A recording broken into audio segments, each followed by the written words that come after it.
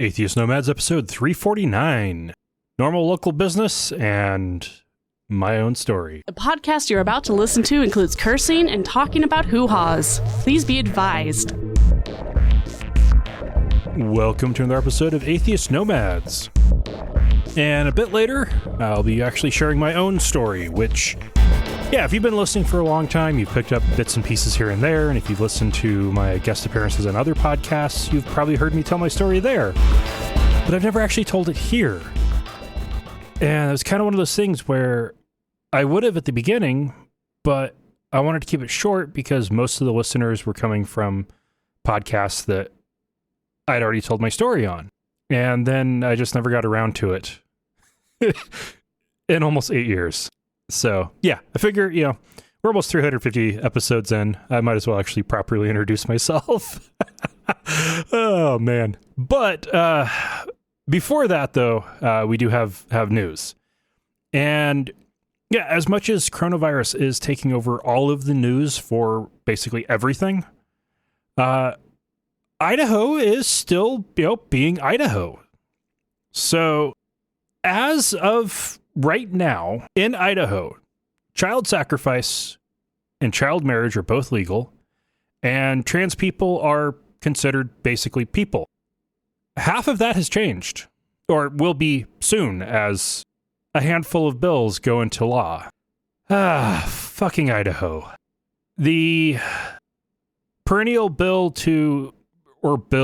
to remove the religious exemption for medical neglect, which I prefer to call by what it really is, religious child sacrifice in the most brutal means possible, because it would be more humane to slit your child's throat to please your God than to let your child die drowning of pneumonia or from an infection or from diabetes. Nope, that can't be banned because parental rights. So, yep, that one still legal. As long as you never take your kid to the doctor, you can let your kid die. Last year, there was a bill to finally set a minimum age for marriage in the state of Idaho. Most states have gotten with the times, sometime in the 20th century. Idaho still hadn't,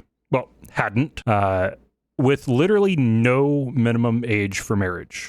At present, it would be legal for me to marry off Kylie. She's not even 2.5. Last year's bill was rejected as violating parental rights because it would have required a judge to sign off on the marriage of anyone 16 or 17 and prohibit any marriages under the age of 16. The new bill is a little bit softer than that.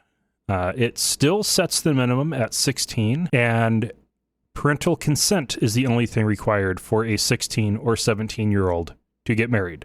So at least they were able to get a majority of the state legislature to agree that 14-year-olds should not be getting married, and that 2-year-olds definitely should not be getting married. But they weren't able to all agree on whether or not parents have a right to force their 16 and 17-year-old daughters to get married because they get pregnant.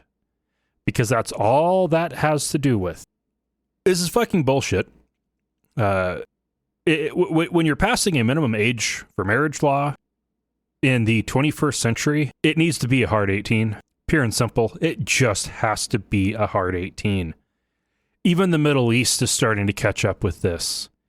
And Idaho's going with a soft 18, hard 16, which is fucking ridiculous. Oh, wait, they did add in one extra little benefit. Or not benefit, but an extra little protection. The maximum allowable age difference between the parties getting married, if one is under the age of 18, is 3 years of age. A 16-year-old girl can marry her 18-year-old boyfriend that knocked her up, but not a 21-year-old. And only if the parents consent to it. Which, if you're going to allow marriage, parental consent should never be a factor.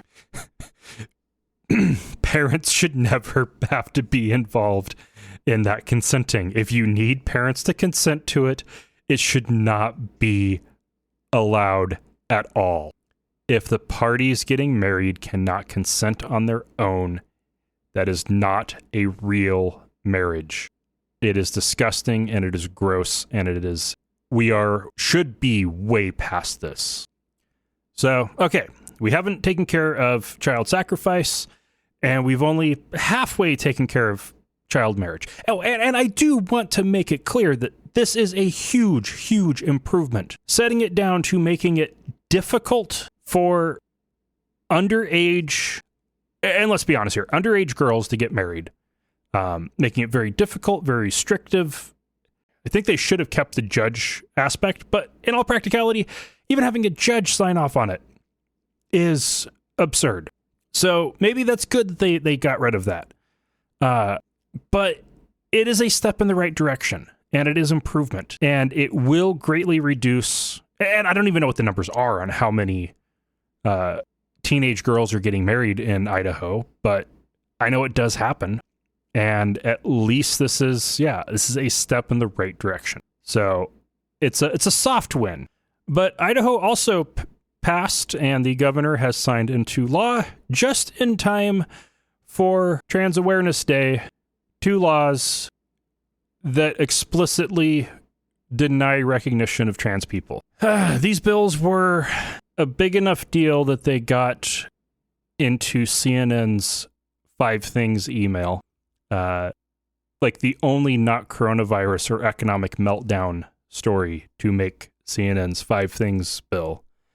This was a big enough deal to get covered by most major media outlets. The 2 bills, which are now going into law. The first one, it came from House Bill 500, and it's called the Fairness in Women's Sports Act. Yeah. It's not about women's sports, and it's not about fairness. Let's just make that clear. It says, and I quote, "Athletic teams or sports designed for females, women, or girls shall not be open to students of the male sex." End quote.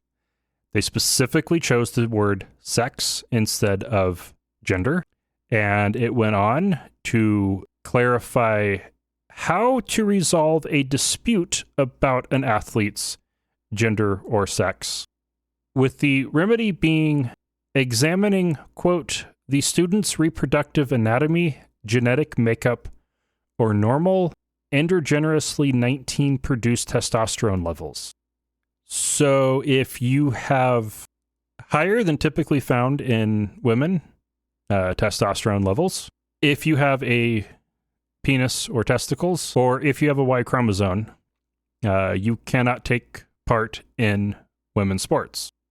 The concept here is that trans women would have advantages athletically over cis women, under the assumption that trans women aren't women, they're men.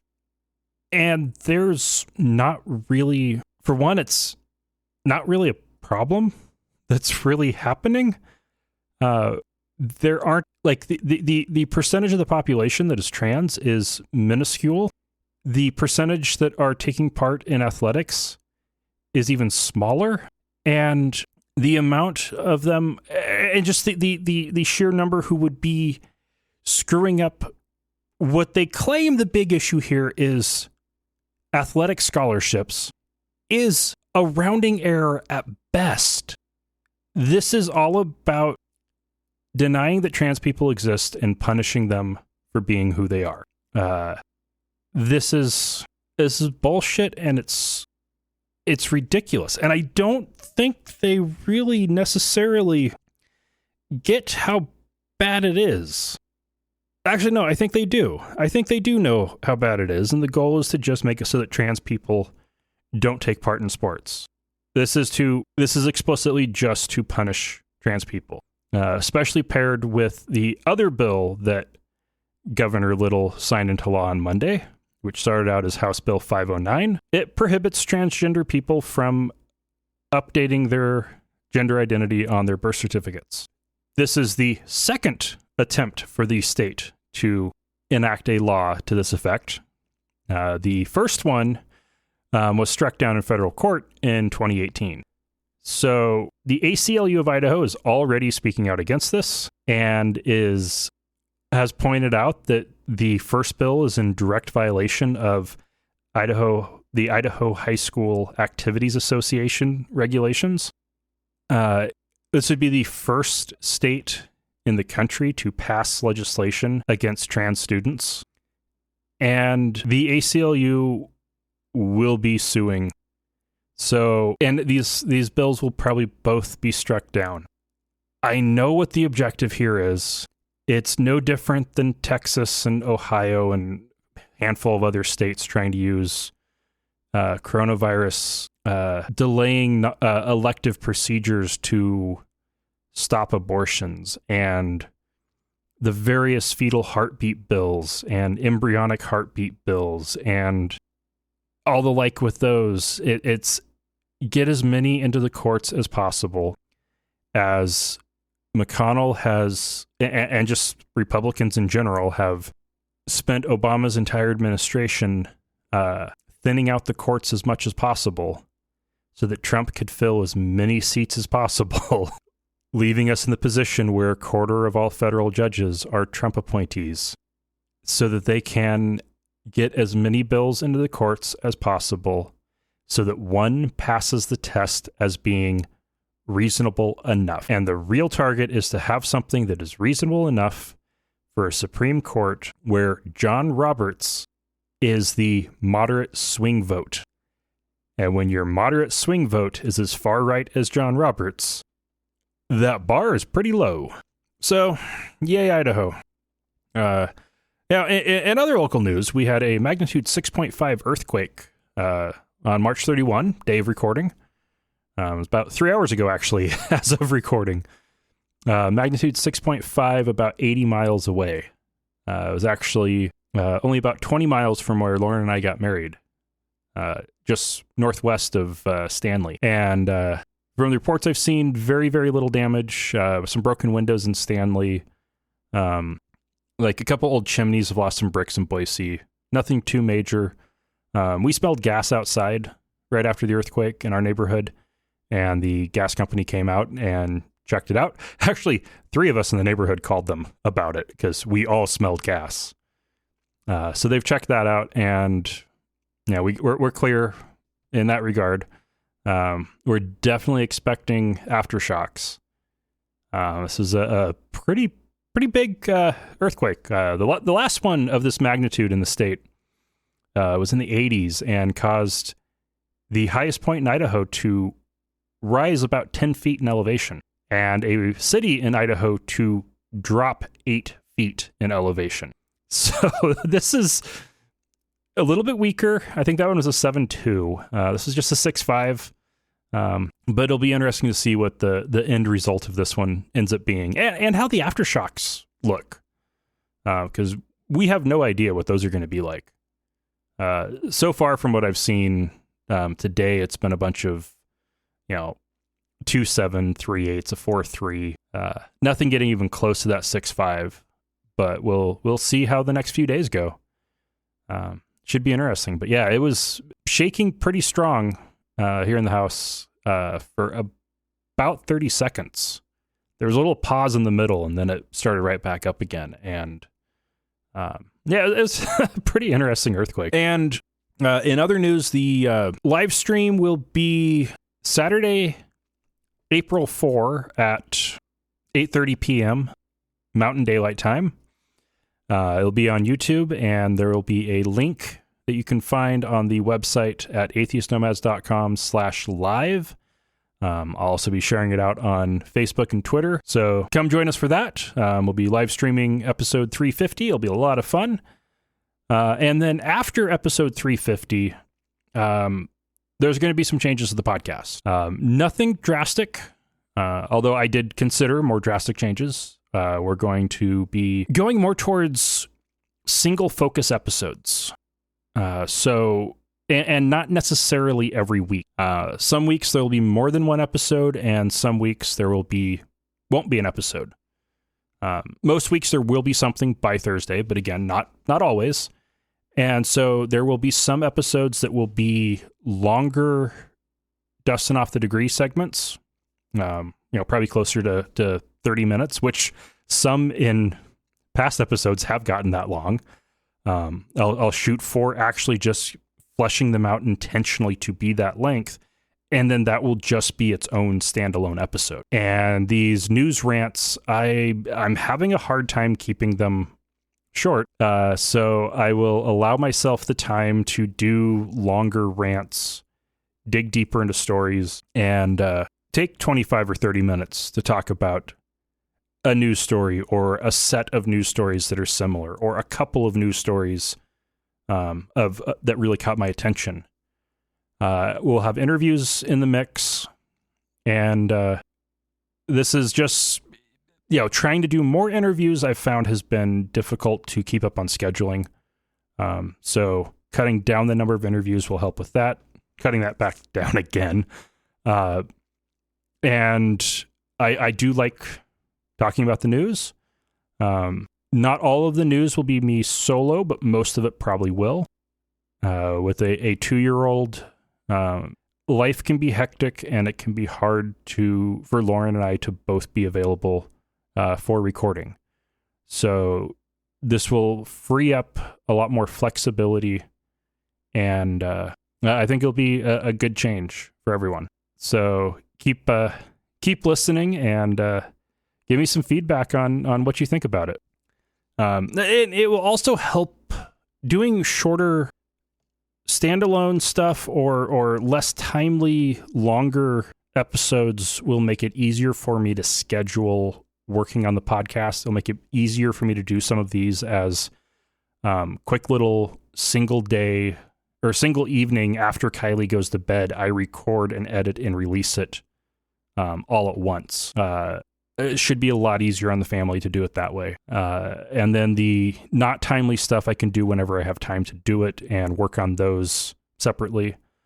So yeah, this should be good. And I did get another episode of Schisms out. This one is actually the first one on the early Christianity. So not early Christianity, but early Christianity, about the time period when Christianity was still a Jewish sect, prior to the schism between Christianity and Judaism, which we'll be getting into in the next 2 episodes. So check that out at schismpod.com or religiondivided.com.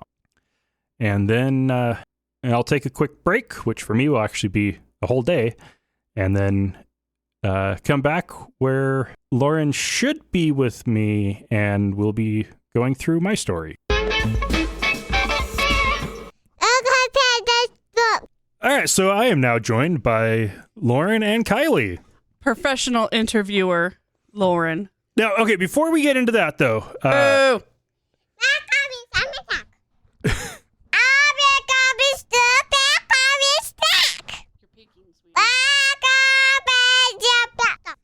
How could you tell she was clipping? You weren't even looking at it. You don't have monitors on. She was yelling into the microphone. But with the earthquake, since it's now been a day since it happened. Oh, man. So much fun. We have more damage reports. Okay. Well, not local. Not here.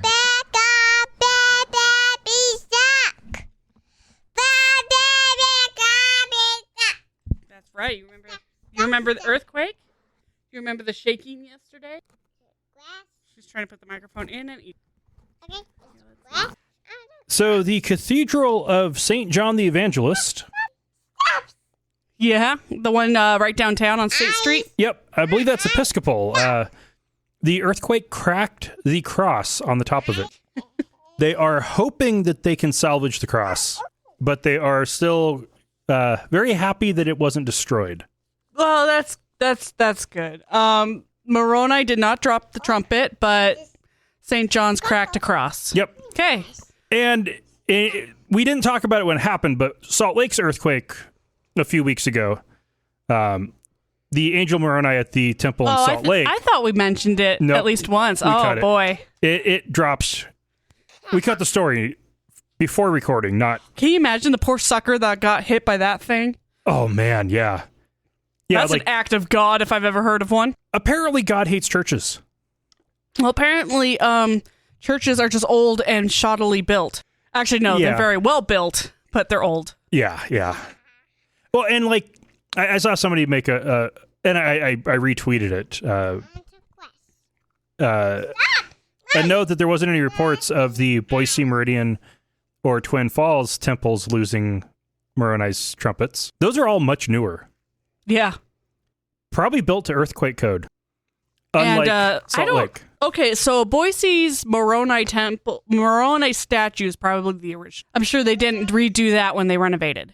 Right. Yeah. Because, a dude holding a trumpet is a dude holding a trumpet. It doesn't need a new face. But it's just recently been replastered and reset. So, yeah, there was... Yeah, but also right. still a much newer temple than the one in Salt Lake. Yep. That's the original from, the 1850s? Yeah, but I'm sure they do renovations all the time. The trumpet's an integral part of the statue itself. They're probably not touching that as much. That's true. But anyway, so yeah, apparently God hates churches, and there are people freaking out about Yellowstone because earthquakes keep happening within a few 100 miles of Yellowstone. I wish I had the time or even the energy to go back and find that first article that talked about the supervolcano and how it could blow at any minute. Ever since they published that article, it's been every person who has, a high school geology background is, oh man, it's going to blow. No, this just happens to be a geologically active area. Yeah, we've actually been, I'm surprised we haven't had more earthquakes here. Considering, this is more of a wait and see kind of state versus the constant releases you get in like California. Heck, even off the coast of Oregon, there's always little earthquakes off there. Little ones, but we have little earthquakes around all over Idaho all the time. Well, yes. It's just when we have big earthquakes, it's 6.5, 6.9 out in the middle of nowhere. Salt Lake's 5.7 was like right in town. Yeah, that's pretty bad. Yeah. You have to admit that's probably way more. What was the term? Intense? Yeah. Cause more damage than, yeah. Still, I wish I could feel it again. We probably will. They are projecting aftershocks to continue for about a year, so we will probably feel more. Also cuts our camping area a little short, doesn't it? Oh, well. COVID-19 is doing that for us. All right, so, and now for the main topic, now that we're halfway through. Lauren, do you want to... Oh, so Dustin's brought up that he's never brought up his story. I mean, you've referred to it in...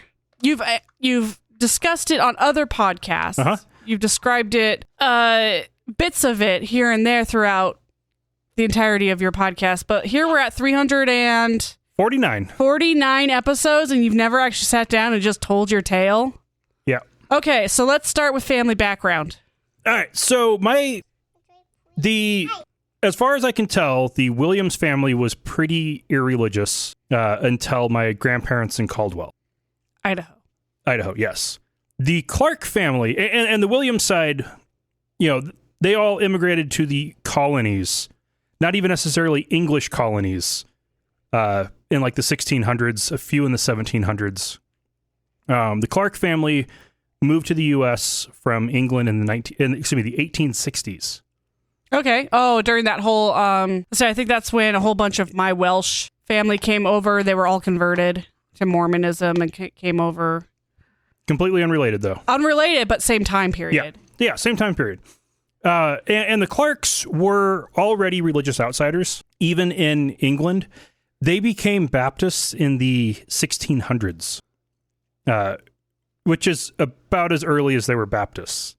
And my great-great-great-grandfather got kicked out of the Southerly Mills Baptist Church. Now, he owned the mills of Southerly Mills. So, not an insignificant figure in the community or church. What did he do? Who did he do? And his family had been in that church since it started 200 years prior. What he did was bigamy. Oh. So, kind of like your Mormon ancestors, but yeah. Not Mormon. Yeah. Marrying just one wife wasn't enough, so he married her sister as well. Well, didn't quite marry, but she moved in, and they have a 3-sided tombstone that they all share in Iowa. That's kind of sweet, Yeah. but only if it worked out. Apparently it did. They lived happily together until wife number 1 died, and then he married wife number 2 legally, and then I think he died, and then she died, and they're all buried with a single 3-sided tombstone. Okay, so got kicked out of the church for having too many women's. Yep. And continued to sit in his pew every Sunday. Oh, he wouldn't give up, huh? Nope. He had been disfellowshipped, and he kept going.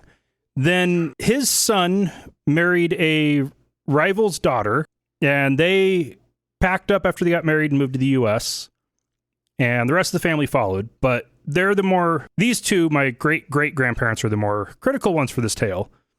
They moved eventually to Nebraska. Nebraska? Mm-hmm.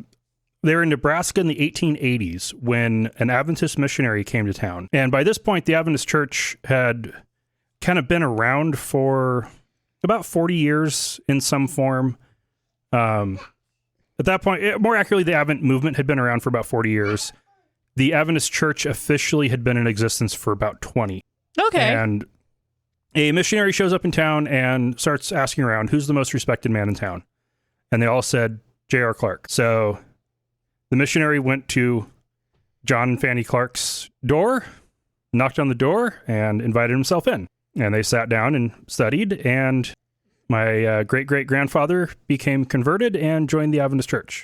Was this, do you think that this was religiously motivated, or was it business motivated? There would have been no business benefit of it. Oh, okay, because in a lot of areas, they try to build up a community that way. No, the Adventist way of doing it was very much spread out as much as possible. The very opposite of the Mormon approach. Like, in many ways, Adventists and Mormons, as similar as they are opposites of each other in so many ways. So then around 1900, he made a deal with God that if he got if somebody offered him a land trade, he would accept the trade and go to where this land is and build a school for the church. Was that common then for land trades to somebody say, hey, I've got some land over in... Sometimes, I guess. Okay. It was a thing. It's kind of cool. And he got a land trade deal and moved to just north of Battle Creek, Washington, which is just north of Portland, Oregon. Oh, okay. Just right outside the Vancouver area? Yeah, just above So yeah, just across the river from Portland is Vancouver, and then just up from Vancouver is Battleground, and then just up from Battleground is where they got this field.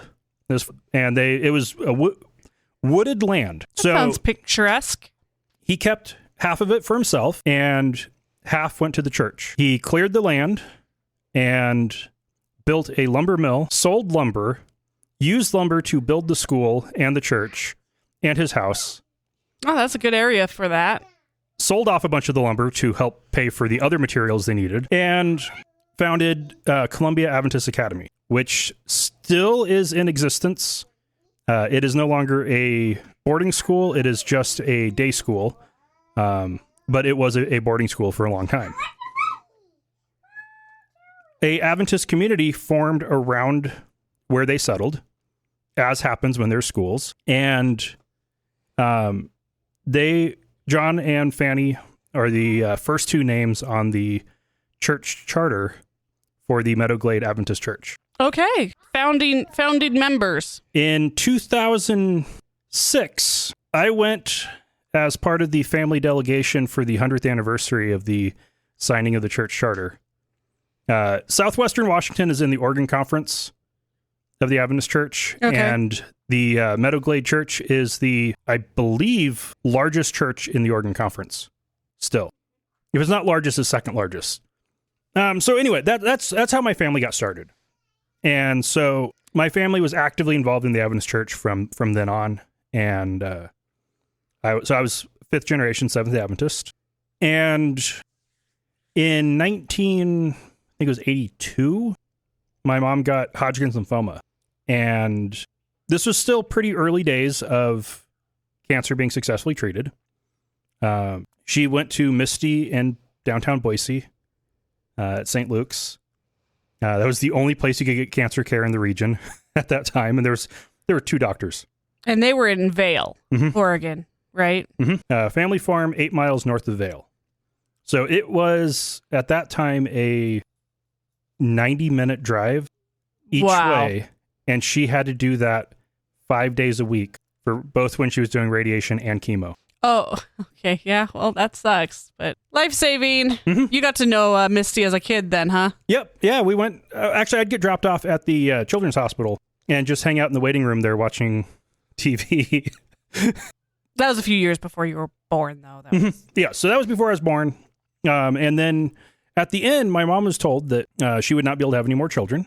That wasn't a big deal. She already had 3. And if she were to get pregnant, the resulting baby would probably be stillborn or have severe birth defect. That's based on the information they had back then. When my mom got pregnant, it was a complete surprise. Whoopsie, and baby. She kept it secret from everyone for the entire first trimester. And part of the reason for that... Did your dad know? Nope. Wow. Okay. She kept it secret from everyone for the first trimester. Because everyone would have told her to get an abortion because she should have gotten an abortion. Yeah. She had 3 children she needed to take care of. And yeah, that was a reckless, unnecessary risk that she took. And at the time, the Adventist Church was very much pro-choice, as were most Protestants. And Adventists continued to be pro-choice officially until last year. So she knew that everyone in the family and the church would have been telling her to get an abortion. So she kept it secret and believed that I was a gift from God, a miracle baby that was a gift from God. And then I was born perfectly healthy. Hey, major statistic there, by the way.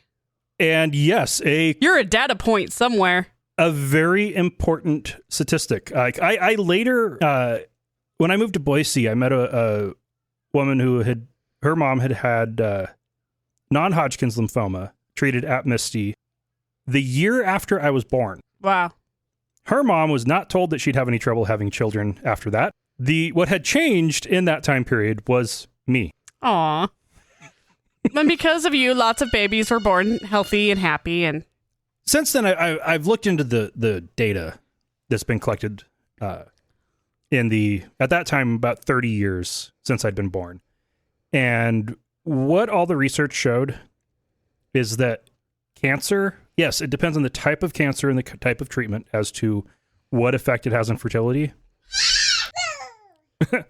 But on average, it cuts fertility in half and doubles the chance of birth defect. Oh, wow. So if you cut fertility in half, it takes the chance of getting pregnant from taking on average a year to taking on average 2 years. And it takes the chance of birth defects from being minuscule to slightly more minuscule? About 2 in 1,000 to 4 in 1,000. Okay.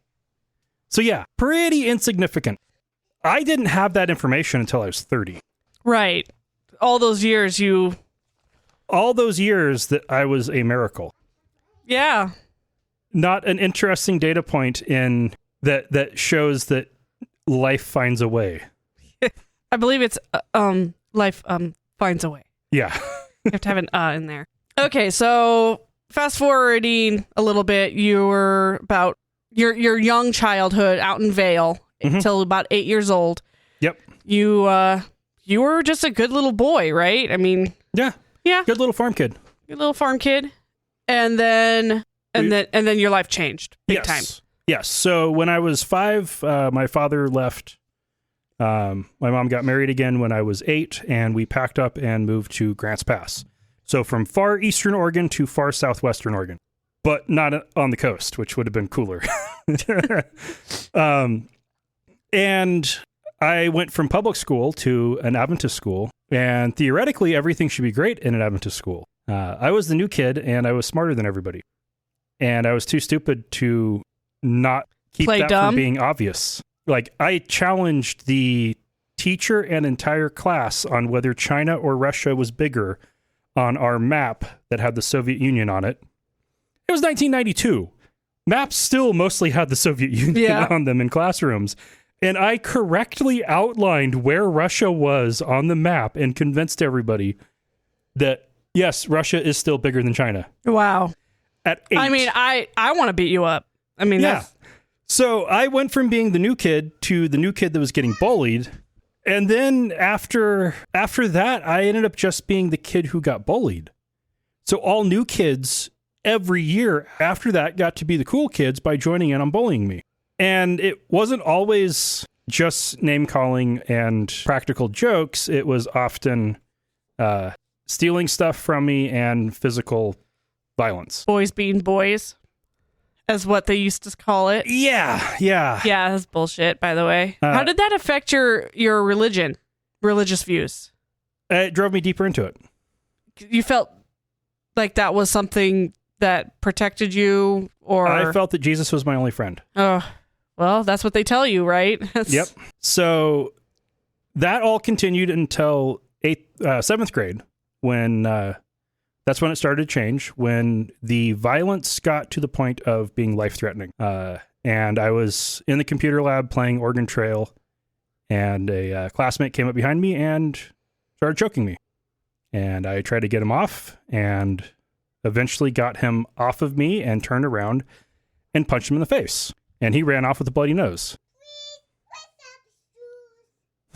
You don't need the step stool. Go sit on Elmo. A couple weeks later, it happened again with somebody else, and he tried to choke me. Again, I was playing Oregon Trail in the computer lab, and he came up behind me and started choking me, and I got him to let go and gave him a bloody nose. Yeah, that sounds about right for that age.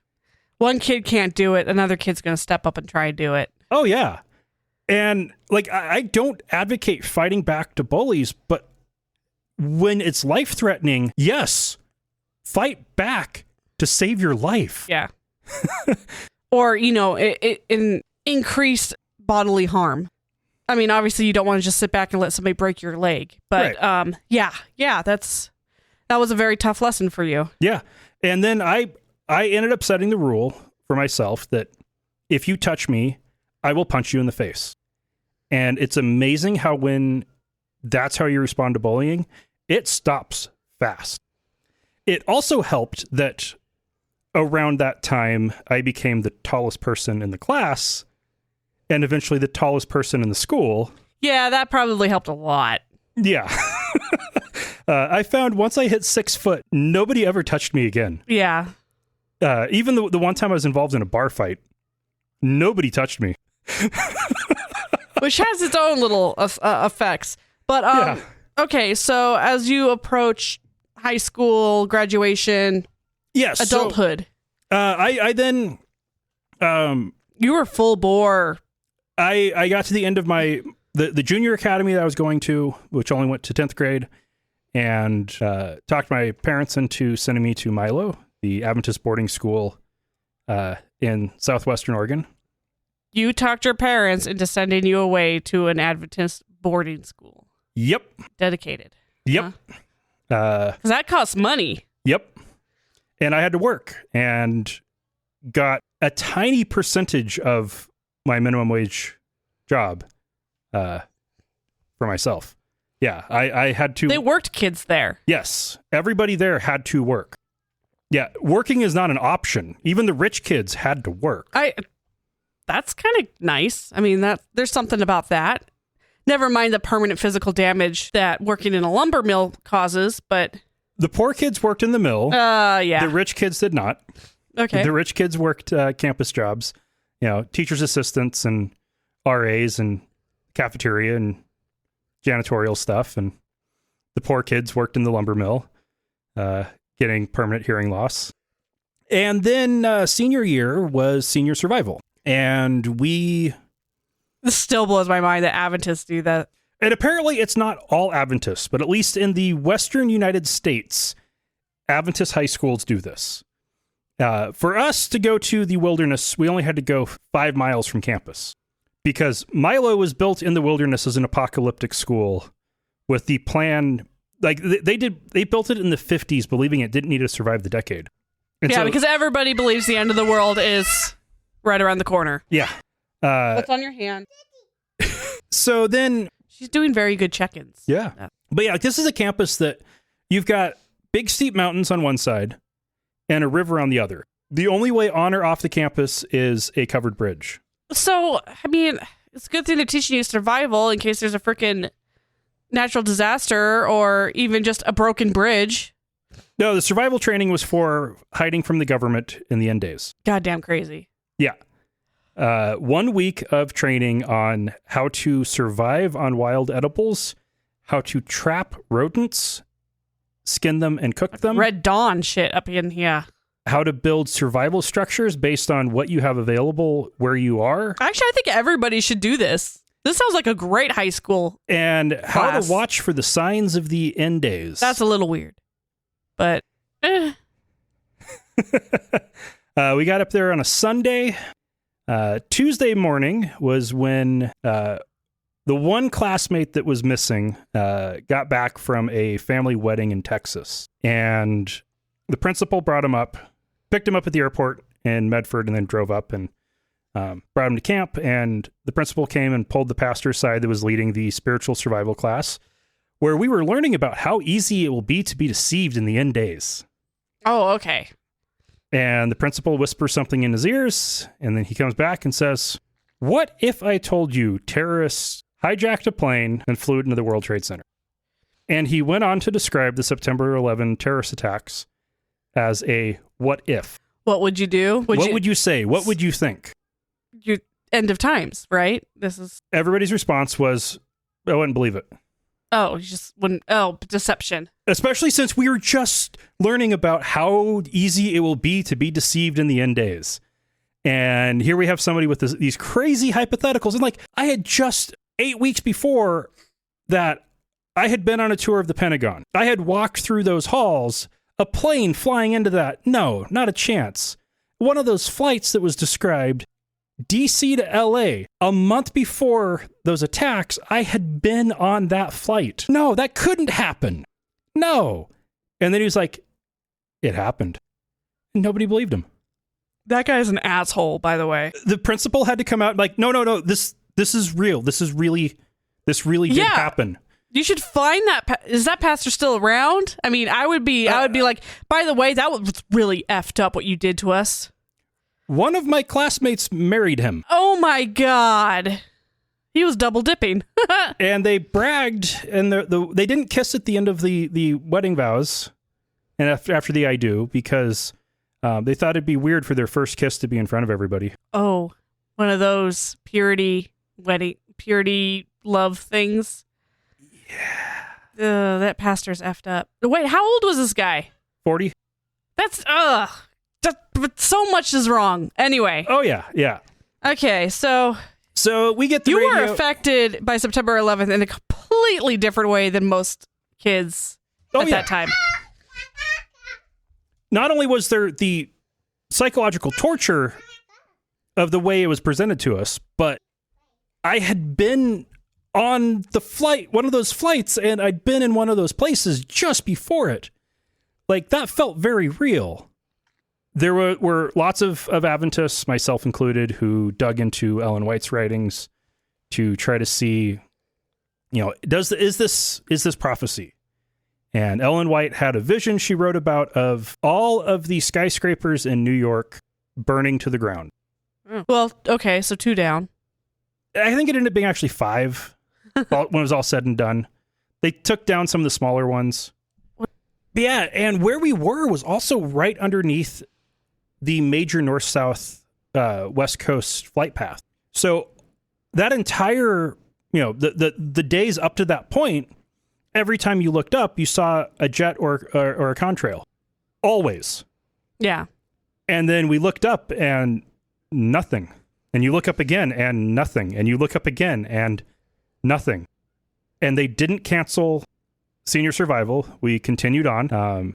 There had been a lot of discussion as to whether or not they should cancel it and send everybody back to campus or send everybody home. And the decision was, what benefit would there be of that? And if you're worried about the students' safety, it doesn't get much more safe than a survival camp in the wilderness. In some ways, that's safer. Okay. From a terrorist attack, that's not a target. Yeah, that's true. So we finished senior survival. By the time we got to campus, they weren't showing the planes crashing into the towers anymore. So I didn't actually see any video footage of that until 6 or 8 months later. Lucky. Everybody else I know saw it for all week, and they finally stopped like the day before we got back to campus. Yeah. So then about 2 weeks later, I started feeling a sense of calling to the ministry. That started during Week of Prayer on campus. They brought a pastor in to lead sermons every single night and every day in the middle of the day all week. And exhausting. I believed the end times were here, that my conclusion reading the Bible, reading in Revelation and reading Ellen White was that that was one of the trumpets. I don't remember which trumpet it was, but there's one that, or no, it's opening of the seals. There's one where Revelation says that when they opened it, there was silence in heaven for 30 minutes. And if you follow the day to a year prophecy numerology practice, then oh my God, 30 minutes works out to 1 week. Yep. Crazy kid. So I concluded that, yep, that's the end is right here. And I believed that God was calling me to help prepare the world for the end days. And I didn't want to do that. So I resisted. Then spring break, we did a mission trip in Cancun. Poor baby. Mission trip in Cancun for spring break. What were they thinking? Cheap flights? Yeah. They were thinking, well, you guys didn't get anywhere near any of that. Nope. So, I mean, that's kind of too bad. Yeah. Yeah. So we... Probably cheap flight packages, honestly. We had a pastor with us who did an evangelistic series, and we helped with Vacation Bible School that was going on at night, and worked on construction for a church building. A lot of cement work. I hauled a lot of bags of cement. Unbeknownst to me at the time, I had pneumonia. And was doing heavy construction work, cement work with pneumonia. There was one night that I can look back on and be like, oh yeah, that's the closest I've been to death. Wow. I had to be propped up with like 10 pillows to keep from coughing when I tried to lay down that night. And they didn't just send you home, of course. Nobody, they couldn't. Nobody knew what was going on. Nobody thought anything was wrong with me. I thought I just had a cold. And then I got bit by a poisonous spider. And I had a friend lance the boil that formed on my left big toe. And then the next day we got torrential rain and had to walk through 3 feet of water to try to get to where the trucks could pick us up to take us back to the hotel. Wow. 3 feet of water in the slum side of Cancun. The water was brown and very murky and not clean. The infection started almost immediately. The swelling really started to pick up. I got to a doctor the next day, and they lanced it and tried to clean it out without any anesthesia. That was absolute agony. When I got back to the States, my mom picked me up at the airport and took me straight to the doctor.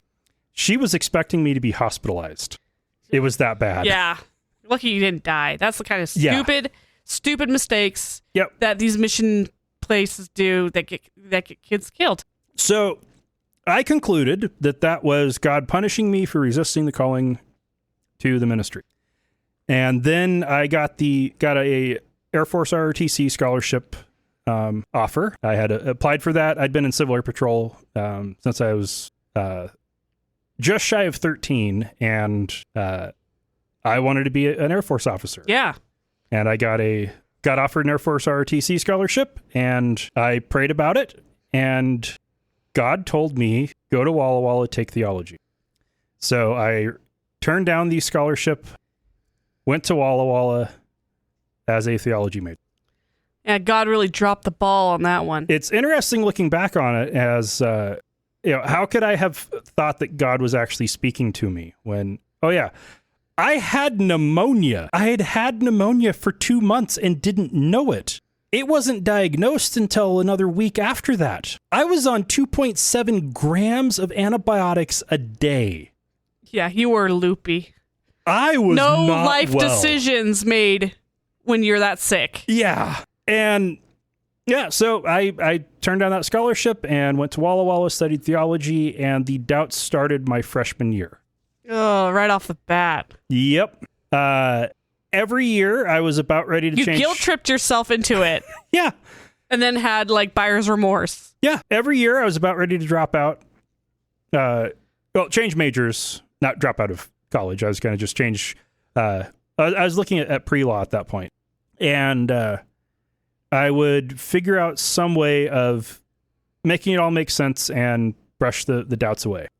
But ultimately, it was the same doubts that kept coming back over and over again. It was around stuff around evolution and origins issues, the authority of Scripture, and salvation. Which is what where most doubts start. Yeah, those three things, and they just kept coming back over and over and over and over again. Most of I'd say about a third of my senior year of my undergrad, I would not have honestly considered myself a Christian. Most of my time in the seminary, if I'd been honest, I wasn't a Christian. But I wasn't honest with myself or anyone else about it. I couldn't be. I didn't get... Your whole life was set up to be... When I went to that 100th anniversary celebration for the church that my great-great-grandparents had founded, went at overflow seating, which ended up being the front row, right next to the conference vice president, who I'd had a job interview with about 2 months before. And I'd seen him also just at a meeting at the church I'd grown up at, where he came to help mediate a disagreement between the pastor and elders. And he told me that I all but had the job. So just wait for the call. I'd have a job as a youth pastor somewhere in Oregon. And you waited. And I waited, and I waited, and I didn't get it. And then I got to sit next to him, and we sat there through the service. And then at the end, I turned to him, and I said, 2 months ago, you told me to expect a job offer. What happened? He knew as soon as he sat down next to you, he's like, God damn it. Yeah, he knew who I was. He recognized me. He was not wanting to talk about that. And yeah, so he had to explain that, they just like the students from Southern better. Wow. Yep. So it was a school affiliation thing? There has been at least at the time, rivalry. There was a trend in the Oregon Conference to recruit pastors from Southern in Tennessee, not from Walla Walla in Washington. Too close to home? Walla Walla is known as the liberal Adventist college. Ah. Southern is known as the conservative Adventist college. Okay. As I heard it described at the time, Walla Walla teaches you... Well, Southern teaches you what to believe. Walla Walla teaches you how to think. Oh, well, yeah, that's going to cause trouble. And I don't disagree with that either, because, they taught me a lot of critical thinking. That definitely helped contribute to me going through a lot of doubts. Walla Walla's program also did encourage having doubts and working through them, because what you would expect somebody coming out of high school to have faith and knowledge-wise versus a pastor is very different. And to build up what you would want a pastor to have, you need to basically destroy everything that was there before. Right. The naivete. Yeah. And so I wasn't sponsored to go to the seminary. My classmates at the seminary who were drawing full salaries or at least a decent stipend, had housing and tuition and everything all paid. The tuition was super cheap, heavily subsidized by the church, but still had to pay tuition and living expenses. So I went to the seminary in Michigan. I was there 3 semesters, went through about 40% of the Master of Divinity program. And the only reason I didn't drop out at the end of the first semester was it was December, and I would have had to pack up all my stuff and move back to Oregon from Michigan. And I had seen all of the places where they can close down I-80 all the way across Wyoming. Yeah. And I did not want to drive across Wyoming in the winter. No. Smart move. Yeah. Sucks, but smart. Yeah. So I'd looked at an alternative of driving down through Texas and Arizona, and it's just like... That's too far, and then I'd still have to drive through the Siskiyous and New Mexico. New Mexico's got some crazy mountains too, and it was just like, that didn't look very good, and my parents had already bought an airline ticket for me to fly home for Christmas, and it was just like, nope, I'll just stick it out another semester. I ended up deciding to making it through that next semester and not dropping out, barely. I signed up for an archaeological dig in Jordan and a mission trip in Cancun. The first time wasn't bad enough for you? Nope. And my conclusion was that, or my determination was that I would either, by the end of that travel, getting out of the classroom, getting to see the world, getting to preach an evangelistic series, that either my faith would be restored or I would leave the church, but I would know for sure. And I almost backed out of the evangelistic series when I was in Jordan. They sent out an email giving everybody a chance to back out, and I came so close to, but I decided, no, I still need that. That's the last chance, because I got to Jordan and got to see a bunch of sites from the Bible, and it was all just so tiny.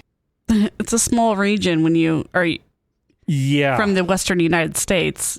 Like all of that, like all of the stories of the Bible.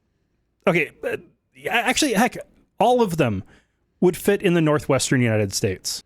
90% of them would fit into an area about the size of the Treasure Valley. Wow. Yeah. It's a tiny, tiny area, and it was really eye-opening, and none of it was really inspiring. Not the restoration of faith that you were hoping for. Right.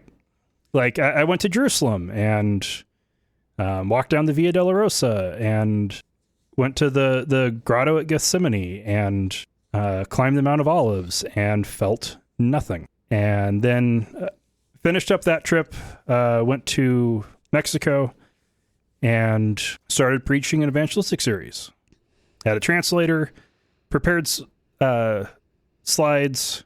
It was sponsored by Share Him. We talked about them a few weeks back. Mm-hmm. And I got 4 sermons in, and I couldn't keep preaching. I hadn't believed a single word that came out of my mouth. I hadn't been convinced by anything I said. And I can kind of beat a dead horse at that point. Yeah, I can. It's hard to let go, though. Well, and at that point, it was very much, if I was wrong, I wasn't doing anybody any favors because I wasn't convincing anyone, even myself. And if I was right, I wasn't doing anybody any favors because lying to people is not a good thing to do. So I barely slept that night after that 4th sermon, got up the next morning and talked to my roommate. And then we went to the morning gathering of all the people. There was about 20 people in the group. I think it was about 15 different sites around the greater Cancun area where people were preaching. And I talked to the people running it afterwards, and I told them that I wasn't a Christian anymore. Couldn't keep doing it. And we talked for about an hour, and by the end of it, they thanked me for my integrity and wished me the best. And I walked away. Well, not literally.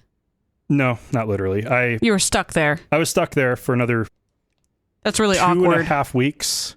Stayed in the same room because I couldn't afford to go to a private room and couldn't find a better rate anywhere else. Yeah. But, yeah, that was the end of... Yeah. It was really awkward around the hotel. Yeah, I bet. But then you went on to, what? Smoke your first cigar, drink your first drink. I had my first beer that night. Within a few days, I was snorkeling with French girls and smoking cigars. Not a bad way to end a trip. No, it wasn't. No. Saved Cancun for you. Mm-hmm. So then I wrapped that up. I got back to Michigan and I finished up just a little bit of coursework. I figured it'd be better to not have an F. If in case you ever wanted to go back into school or... Yeah. And so I finished up a little bit of coursework that I had and then packed up my stuff and left. I ended up resigning from 4 things in one day while I was wrapping things up. I was working with a church in the area, helping teach one of the Sabbath school classes. So I met with the pastor there to resign that position. I was deputy commander for cadets with the local Civil Air Patrol unit, and I had to resign that position. I was a student dean in the dormitories on campus, so I had to resign that. And I'd been elected president of the chaplains club at the seminary, so I had to resign that. It's rough. That's really nailing the nail in the coffin there. 4 resignations in like 1 or 2 days. Oh man, that was rough. And finished wrapping everything up, sold off some stuff, gave away a bunch of books, and drove back to the Northwest, got a job in Tacoma. So I ended up moving up there. They transferred me to Everett, so I moved up to Everett, Washington. And then they transferred me to Boise, so I moved here. And you've been stuck here ever since. I was supposed to be here for less than a year. Yeah. It hasn't been bad. How did your parents react to you coming home? It was awkward, and I think it was the second or third time I came back. Like, I kept moving around a lot. Couch hopping and then going back home for a little bit, and then I'd couch hop around. Job interviews. Oh, so you didn't just move back in with your parents? No. I didn't really stay in any one spot more than 3 or 4 days. Oof.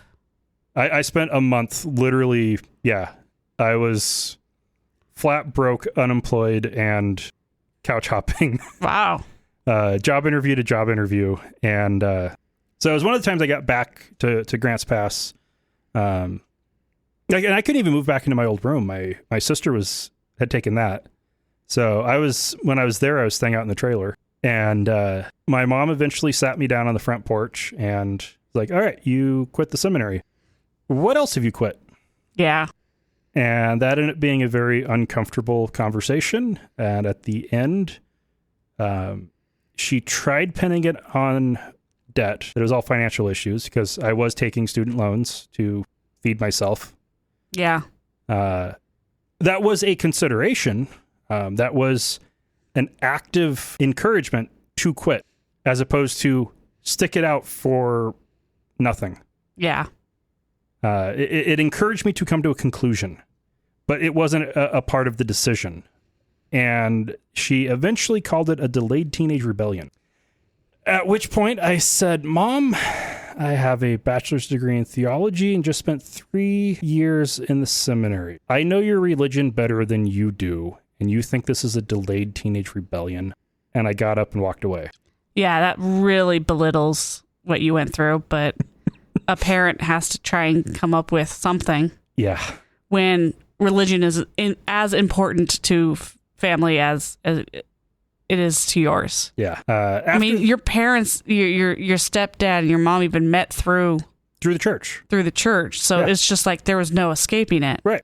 Yeah. And when after that conversation, we never talked about it for, like, I finally mentioned the word atheist in passing on the phone with her when I was in Everett, shortly before moving to Boise. It was almost 3 years before it even came up at all. A few years later, my mom would ask me advice for some church politics issues they were dealing with. Since I'd studied it, I knew the stuff, and I was happy to try to help her navigate that. It was around the time I moved to Boise that I started blogging.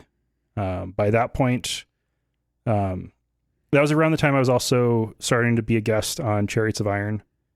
I was on that podcast, I think 5 or 6 times. I think we recorded 6 or 7 times. I think 5. Well, things happen. And then I was on Living After Faith, which I've been on that show now twice. Once in like 2010 and once in, I think, last year.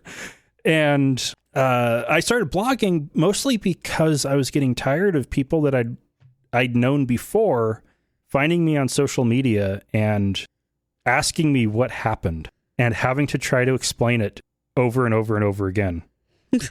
So you made yourself a copy paste form? So I wrote out a blog so I could just give them the link. There you go. And once I did that, people would just go to the blog and they stopped asking me. And then the blog eventually turned into the podcast, and here we are. Wow. And how would you say you've changed in the past 5 years? 8 years now? I am not as angry. Is it just because it's dulled from age, or is it because you've accepted and grown past certain things? I honestly believe that everyone who was a true believer and is now an atheist has a lot of trauma and pain and has to work through the anger. there is a multi-year, often grieving process. Yeah. And you have to work through that. And like in my case, a big part of it was I had to go through rethinking everything I believed and every value I held. The basis for your very existence. I had to rework all of that. Yeah. And figure out, is this justifiable? And it was a long process. For an example, at the point that I started the podcast, I was conceptually okay with gay people. I still wasn't comfortable with gay people. I was barely even aware of trans people and really uncomfortable with trans people. And then started talking to people who are gay and trans for the podcast, or people that we know in person, have met in person here, and discovered, no, they're people just like everyone else. Yeah. Seeing people who use social services because they really were struggling to get by. Yeah, that was one when I was in Everett, having employees that were single moms who couldn't, if not for welfare programs, they wouldn't be able to work. And that was a real, oh, wait, yeah, okay. All of a sudden, it all started to make sense. The social safety net, yes, there are people that are stuck relying on the social safety net. But without the social safety net, they're never going to be able to improve their situation at all. Yeah. So, yeah, you've changed a lot. Oh, yeah. Any advice you would give to some kid out there, some 15-year-old who is a believer or a baby atheist? Oh, actually, I guess just any advice you would give for baby atheists, no matter what age. Go through the process. It's easy to think that once you've left your religion, that the process is over. The deconversion process, that's done. You still have a process you have to go through, and you need to take your time and actually work through it.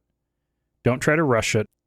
Let yourself feel the feelings you need to feel, and give yourself the time to work through reevaluating everything. And don't shortchange yourself by trying to find shortcuts. Okay. That's pretty much all caught up. Yeah. All right. So, that's it for this week. And we'll be doing the live stream this Saturday. So check us out at 8:30 p.m. this Saturday. And hopefully Lauren does not have an allergy attack. I've been it's like 6 o'clock, bam, every day. This sucks. Anyway. Yep. All right. Well, live long and prosper, people. Yeah. And remember, not all those who wander are lost. Thank you for listening to another episode of Atheist Nomads. You can find show notes and contact information at atheistnomads.com. Follow us on Twitter at Atheist Nomads, and like us on Facebook at facebook.com/Atheist Nomads. Please subscribe to the show in iTunes, Stitcher, or your podcatcher of choice, and while you're there, feel free to leave us a review. Theme music is courtesy of Sturdy Fred. Until next time, this has been the Atheist Nomads.